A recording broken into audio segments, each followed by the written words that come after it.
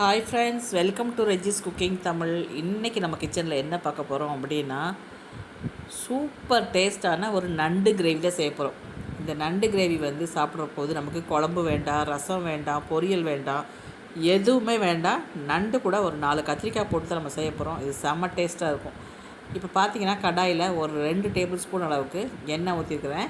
எண்ணெய் காய்ஞ்ச உடனே 2 பெரிய வெங்காயம், பெரிய வெங்காயத்துக்கு பதிலாக சின்ன வெங்காயம் கூட சேர்த்துக்கலாம். நான் வந்து பெரிய வெங்காயம் சேர்த்துருக்குறேன். அதே மாதிரி பார்த்திங்கன்னா, தக்காளி அடுத்து நம்ம எடுப்போம். அந்த தக்காளி வந்து நான் 2 தக்காளி எடுத்து பொடியை கட் பண்ணி வச்சுருக்கேன். நமக்கு வந்து அந்த தக்காளியை வந்து அரைச்சி போட்டுக்கிட்டாலும் நமக்கு நல்லாயிருக்கும், கிரேவி நிறைய கிடைக்கும்.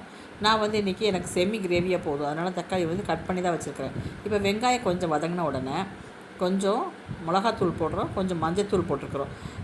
நமக்கு அடுத்தது வந்து குழம்பு மிளகாத்தூள் சேர்ப்போம், அதுலேயும் காரம் இருக்கும். அப்போ வந்து ரொம்ப காரம் வேண்டாம் அப்படிங்கிறவங்க வந்து இந்த மிளகாத்தூள் போட வேண்டாம், அந்த ஒரு தூளே போதும். அடுத்தது பார்த்திங்கன்னா, மஞ்சத்தூள் போட்டதுக்கப்புறம் இஞ்சி பூண்டை வந்து தட்டி எடுத்து வச்சுருக்கேன், அதையும் சேர்த்துட்டு ஓரளவுக்கு நல்லா வதக்கி விட்றலாம். இஞ்சி பூண்டோட பச்சை வாசம் போனவுடனே நம்ம கட் பண்ணி வச்சுருக்கிற தக்காளியை வந்து சேர்த்துக்கலாம். இப்போ தக்காளி ஓரளவுக்கு வதக்கட்டும். கூடவே கொஞ்சம் தேவையான அளவுக்கு உப்பும் சேர்த்தாச்சு. கருவேப்பிலை இருந்தால் கருவேப்பிலை இது கூட நம்ம வந்து சேர்த்துக்கலாம். அடுத்து பார்த்திங்கன்னா, கரம் மசாலா. நம்ம பொதுவாக நண்டு கிரேவி செய்கிறபோது வேறு மெத்தடில் செய்வோம். இது வந்து ரொம்ப சிம்பிளாக, ரொம்ப ஈஸியாக டக்குன்னு செய்கிறதுக்காக இந்த கிரேவி. இப்போ பார்த்திங்கன்னா, கரம் மசாலா போட்டதுக்கப்புறம் நம்ம செடியில் உள்ள கத்திரிக்காய் ஒரு 4 கத்திரிக்காய் இதை வந்து போட்டு வதக்கிட்டு, அடுத்தது நம்ம க்ளீன் பண்ணி வச்சுருக்கிற நண்டை சேர்த்துக்கலாம்.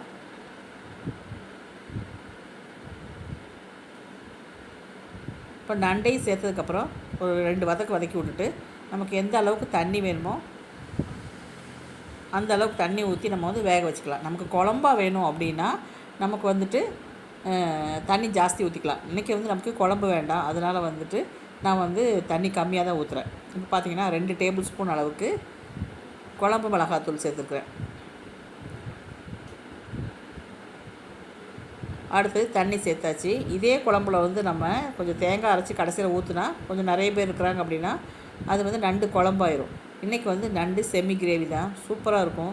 இப்போ தண்ணி ஊற்றி நம்ம வந்து மூடி வச்சிடலாம். இப்போ இந்த கத்திரிக்காயும் நண்டும் ஒன்றா வந்து வேகும், நல்லா வேகட்டும். இப்போ பார்த்திங்கன்னா, ஓரளவுக்கு நல்லா வெந்து எண்ணெயெல்லாம் பிரிஞ்சு மேலே வந்துருச்சு பாருங்கள். அவ்வளோதான். இந்த ஸ்டேஜில் நம்ம வந்து ஆஃப் பண்ணிக்கலாம். அப்போ தான் நமக்கு சாப்பாட்டு மேலே போட்டு சாப்பிட்றதுக்கு கரெக்டாக இருக்கும்.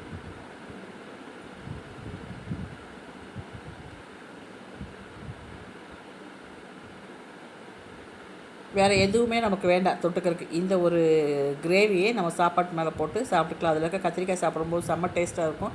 இப்போ வந்து கொஞ்சம் மல்லி இலை இருந்துச்சுன்னா மல்லி இலையை தூவி நம்ம வந்து பரிமாறிக்கலாம். அவ்வளோதான், நம்முடைய சூப்பரான காரசாரமான நண்டு கிரேவி ரெடி ஆயிடுச்சு. எப்போவுமே பெரிய நண்டில் செய்கிறத விட இந்த குட்டி குட்டி நண்டில் செய்கிறது தான் ரொம்ப டேஸ்ட்டாக இருக்கும். இப்போ பாருங்கள், நான் சாப்பாட்டில் போட்டுட்டேன். இவ்வளோ தான். சாப்பாட்டு மேலே நம்ம போட்டுட்டு அப்படியே இந்த கிரேவி வச்சு சாப்பிட்டுட்டு அதில் இருக்க கத்திரிக்காய் நண்டையை போட்டு சாப்பிடும்போது செம்மையாக இருக்கும். ட்ரை பண்ணி பாருங்கள்.